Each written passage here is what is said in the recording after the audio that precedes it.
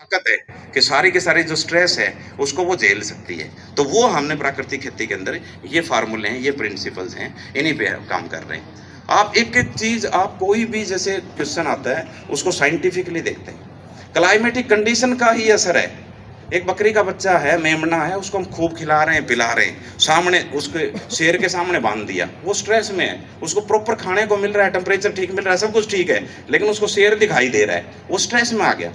तो अब हम मेडिटेशन कर रहे हैं, अपनी कंडीशंस बिल्कुल नॉर्मल हो गई, तो हमारी सारी की सारा हमारा जो मेटाबॉलिज्म सही चलता है, आधा आधा दिन वैसे ही ठीक हो जाता है। कहते हैं विल पावर है, पैरालिसिस आ गया आपको, आपने सोच लिया भाई मैं तो मरूंगा, कोई इलाज नहीं है, आप तो 50% तो आप मर चुके हैं। अगर आपके अंदर विल पावर है, नहीं भाई मैं एक्सरसाइज करूंगा, अच्छे लोगों में रहूंगा, पॉजिटिविटी रखूंगा और अच्छा खाना खाऊंगा, पैरालिसिस आप देखना धीरे धीरे धीरे रिकवर हो जाती है। यही सिस्टम है जो नेचर के अंदर काम कर रहा है, यही सिस्टम है जो नेचुरल फार्मिंग के अंदर काम कर रहा है। छोटी छोटी चीज़ें बहुत ज़्यादा मैटर करती हैं, छोटी सी चीज़ पूरे सिस्टम को अफेक्ट कर देती है। और ये इसमें जो हम बात करते हैं माइक्रोब्स की, माइक्रो ऑर्गेनिजम्स एकदम बढ़ते हैं, एकदम घटते हैं, बीमारी आती है एकदम आती है, कंट्रोल होता है एकदम होता है, क्योंकि लिविंग सिस्टम है। 1 से 2 सेल बनी, 2 से 4, 4 से 8, 8 से 16, 18 to 20 आवर्स में वो डबल होते रहते हैं। कितने माइक्रोब्स हैं। ऐसे ही अगर हमें पौधे में लग रहा है कि वहाँ पे न्यूट्रिएंट डेफिशिएंसी आ रही है, हम जीवामृत तो दे ही रहे हैं, आप घन जीवामृत बनाइए। ऐसी फसल है जिसकी रिक्वायरमेंट ज़्यादा है, उसमें 10 क्विंटल तक आप घन जीवामृत डालिए, आप स्प्लिट डोज बनाइए 2-2 क्विंटल की पर एकड़ के हिसाब से।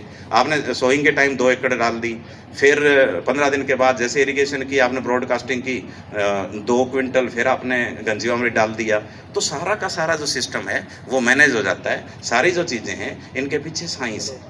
हमें किसी चीज़ का विरोध नहीं करना। कई बार तो आधे से ज़्यादा तो किसी आदमी को देख के हम पहले ही इतने अलर्ट हो जाते हैं कि ये विरोधी आ गया, ये कुछ ना कुछ गड़बड़ करेगा। उसके पीछे साइंस क्या है सिर्फ वो समझ लो। आप डिस्टिल्ड वाटर पी रहे हो ना, आप आरओ का पानी पी रहे हो, एक आदमी ने कहा यार आरओ का पानी नहीं पीना चाहिए, तो उसको क्यों कह रहा है आरओ का पानी नहीं पीना चाहिए? वो इसलिए कह रहा है कि उसके अंदर टीडीएस कम है, कुछ ऐसे सॉल्ट हैं जो हमारी बॉडी को चाहिए, आरओ के पानी में नहीं है। लेकिन आप साथ के साथ आप वेजिटेबल्स खा रहे हो, आप फ्रूट्स खा रहे हो, मिनरल प्रॉपर खा रहे हो, तो आप एक बैलेंस डाइट ले रहे हो, आप आरओ का पानी पी रहे हो, चल रहा है बढ़िया, क्या दिक्कत है? उधर जो आरओ है, आरओ बेचने वाले का आप विरोध करने लग जाएं, क्यों भाई? मेरे को प्यास लगी हुई है, मेरे को प्योर वाटर चाहिए, अब पानी मिल जाएगा, मेरी बॉडी को मिल गया। दूसरा, अगर हम वेजिटेबल्स नहीं खा रहे, हम फ्रूट्स नहीं खा रहे, कोई बात नहीं, हम पानी है वो नहर का पानी है, ट्यूबवेल का पानी, ये पिए, लेकिन उसमें भी तो रिस्क है, कोई हैवी मेटल्स आ गई, कोई ऐसी चीज़ आ गई, तो उससे भी तो आपको नुकसान हो सकता है। तो समय की इजाज़त कम थी, तो मैं सभी का धन्यवाद करना चाहता हूँ। अपने राइडू सर हैं, ये भी आए हुए हैं आंध्र